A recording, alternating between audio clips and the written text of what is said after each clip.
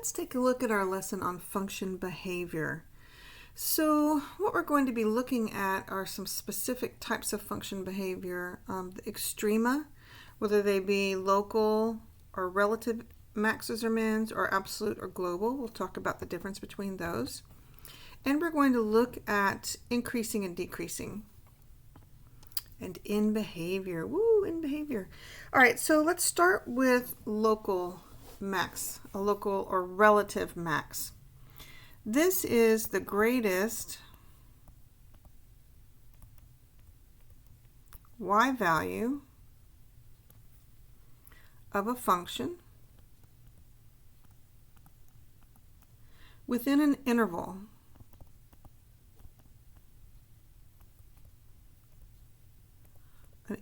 of the domain. So looking at this graph over here, we can see that E, if we look, so think about it as we're standing on top of the mountain. If we look to the left, look to the right, all the points just to the left and the right of us are smaller than where we are. That's what signifies that we're a local or relative maximum. So this value, this y value E, would be the location of a local or relative maximum. Now let's look at local or relative minimums. This is the least y value of the function within an interval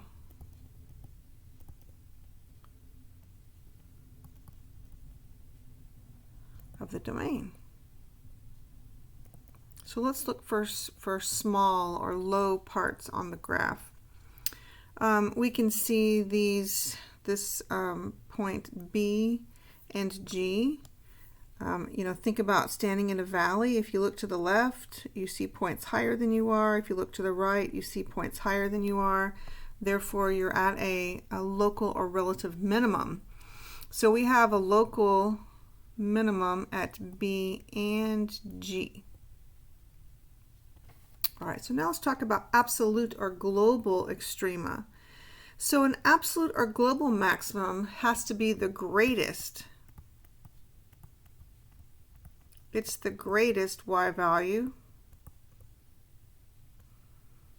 of the entire function.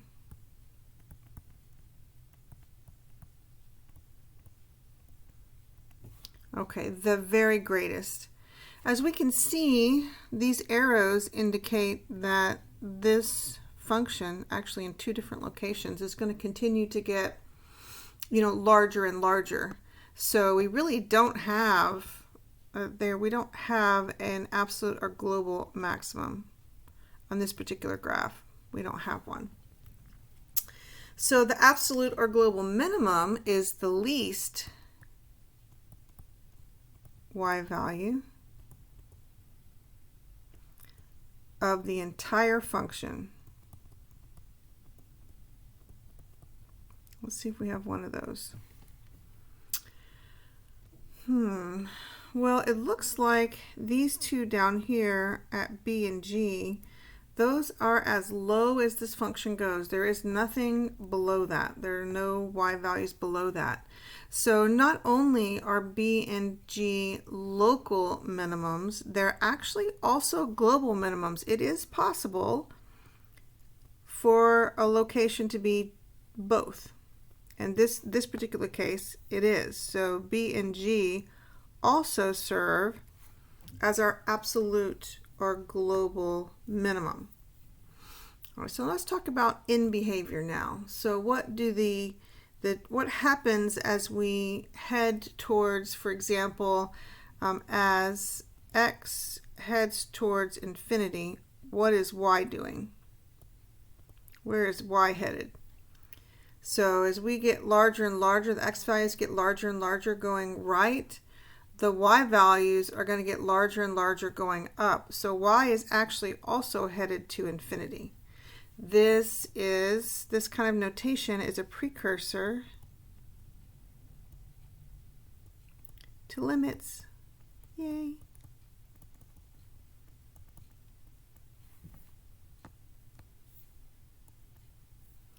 All right, so now let's look at what happens as x heads to negative infinity. Okay, so let's look at the other side. So x is going this way. What's y doing? Well, y is going up. So y is headed to infinity. All right.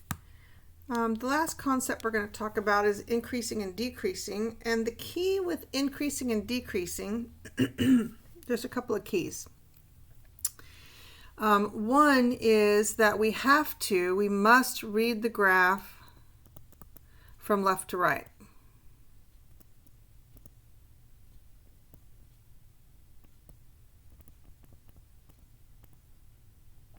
Okay, so as we're going from left to right. So we're here, we're going this way, we're following the graph. Notice how the arrows are falling. That is a decreasing section. So let's kind of list those out. The decreasing section goes from negative infinity to b.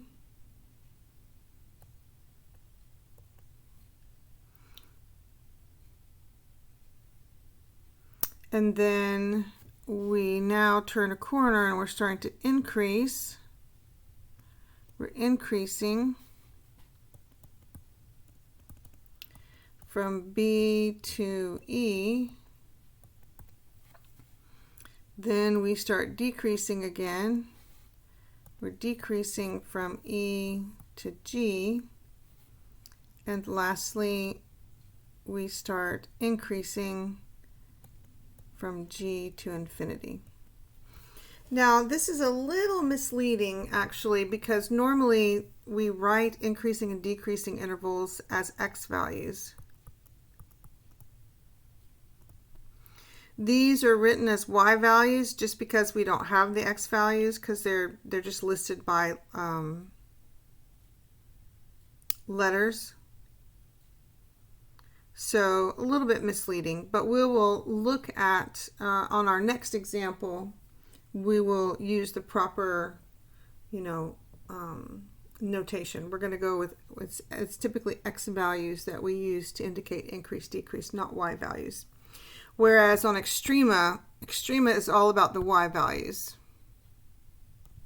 The maxes and mins are y values, but increase, decrease are x values. Okay, so let's look at this next example and let's get a good picture of what's going on. So they want us to do 3 different things. They want us to find extrema, they want us to find increase, decrease, and in behavior. Okay, yeah, we can do that, sure. So extrema, looks like we've got right at this location, we have a relative. See, it's at the bottom like a valley. We have a relative minimum. And here we've got a relative maximum. That's like at the top of a mountain. So the extrema, let's just write this down. So part A, we have a relative minimum. And we're going to write the y value. Our relative minimum is negative 14.901. And we have a relative maximum at, what is this, 7.049. Okay, those are the only relative extrema we have. Let's talk about global. Do we have a point that is higher than any other point, the y value? Do we have a y value that's bigger? And we don't, because we can see that arrow. So relative global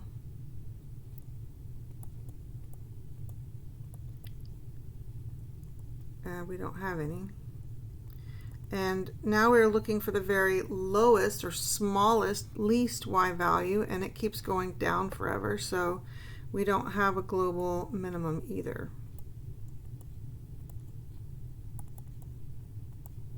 Okay, there's part A. Part B, increasing and decreasing intervals. So now we're going to use, notice how we used y values for the extrema. For increasing and decreasing, we're going to use x values. So let's just, again, we're going to read the graph from left to right. We're just going to start over here. We see the graph is falling. It falls all the way to this x value. So for part B, let's see, we've got a decreasing interval from negative infinity to negative 2.43. Then we're rising, the graph is rising, so we have an increasing interval from negative 2.43 to, let's see how far, we go to 1.097. Let's see, then what happens? Then the graph is decreasing basically the rest of the way. So we're decreasing from 1.097 to infinity. Great. Now lastly, let's look at end behavior. So as x, oh goodness, that's a terrible as x goes to infinity, what does y do? Let's see, as x heads this way, y goes down.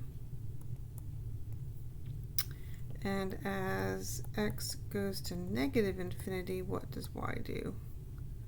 Let's see, as x heads this way, y goes up to infinity. All right, very good. That's our second example. Let's go to the second slide. Come on, little thing, you can catch up with me. There we go. All right, we have two more examples here. So on the first one, we are looking at this graph to the right. So let's see, on the interval of x values from negative 5, which is here, to negative 1, the y values are, let's see, we're going up. So the y values are increasing. Okay, great. And then, let's see, from negative 1 to 3, what's going on? So over here, negative 1 to 3, the y values are decreasing. Now they want to know what is happening to the function between 3 and 5. Let's see, 3 and 5, the function is increasing.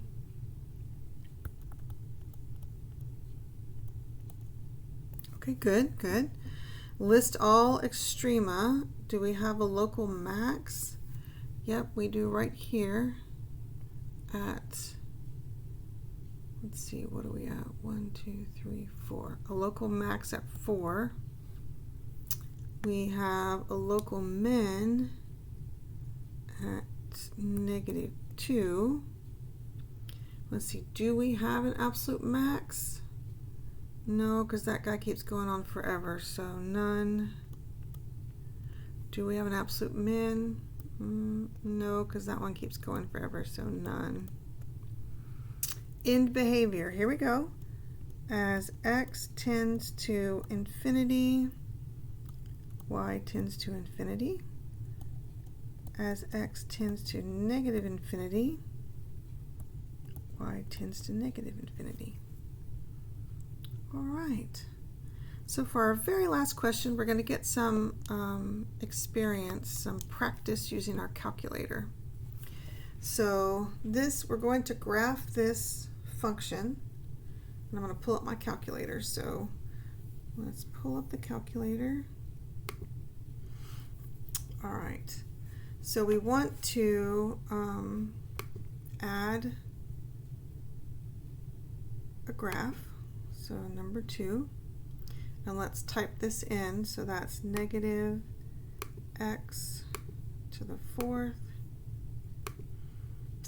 plus 3x cubed, and then minus x minus 7. Okay, we'll enter that. Oh, Okay, well, we can't really see it very well, so let's see if we can get a better look at it. Okay. All right, so we see it's our graph. It's starting down, it's coming up, and then it's going down. Okay, so they want us to find Extrema. Okay, so we've got our relative max here, relative min here, relative max there. So let's investigate. Let's go to our menu, and we want to do number 6, which is analyze the graph. So let's, it doesn't matter what we do first. Let's do our minimum first. Why not? We want to do minimum. So let's see, that's one we're gonna,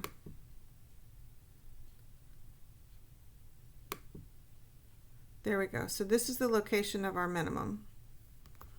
Okay, so let's go over here. So the minimum value is negative 7.2369.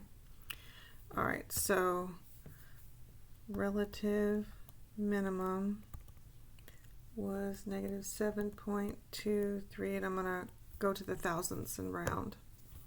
Okay, so that's our relative minimum. So let's get back to our calculator. We've got, looks like 2 relative maximums. So let's do our menu, number 6, analyze graph, number 3, maximum. So we've got one here. Okay, it's kind of hard to see, so let's move that over there. And then we have another maximum right here.